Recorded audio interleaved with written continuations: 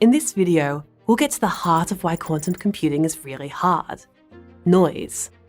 We know that when you hear that word, you probably think about loud sounds, like the noise coming from traffic, that makes it hard to concentrate. Here, we mean something a bit different. Noise describes all of the things that can cause a quantum computer to malfunction.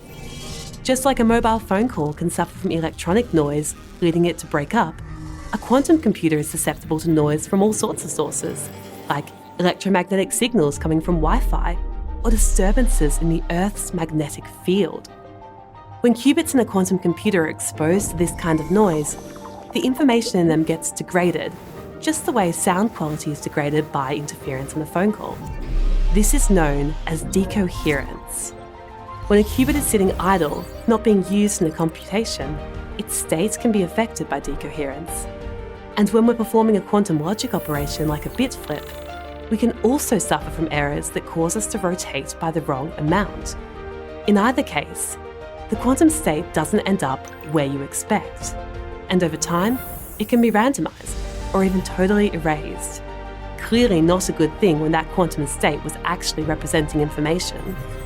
Compared with standard computers, quantum computers are extremely sensitive to this kind of noise.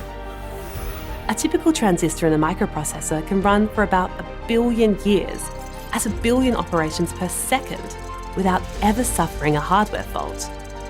By contrast, typical quantum bits become randomized in about 1/1000th of a second. That's a huge difference.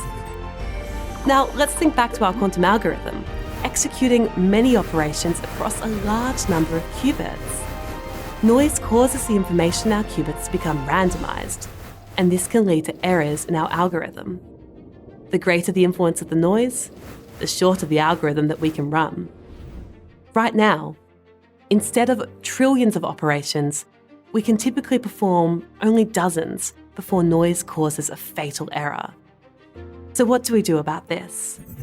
To start, for the past 2 decades, teams have been working to make their hardware more passively stable, shielding it from the noise that causes decoherence.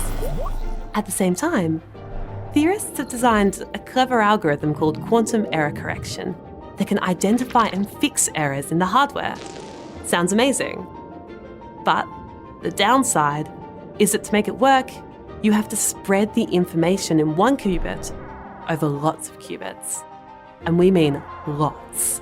In many estimates, it may take hundreds of physical qubits to realize just one error-corrected qubit. And the worse your noise is, the more you need. Today's machines are nowhere near capable of getting benefits from this kind of quantum error correction. This is where Q-CTRL comes in. We add something extra, quantum firmware, which can stabilize the qubits against noise and decoherence without the need for extra qubits.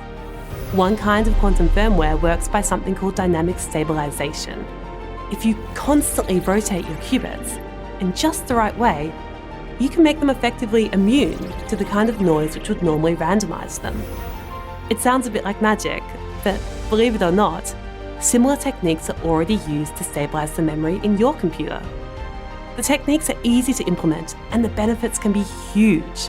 Experiments have even demonstrated qubits can be kept alive for up to 10 minutes using this technology.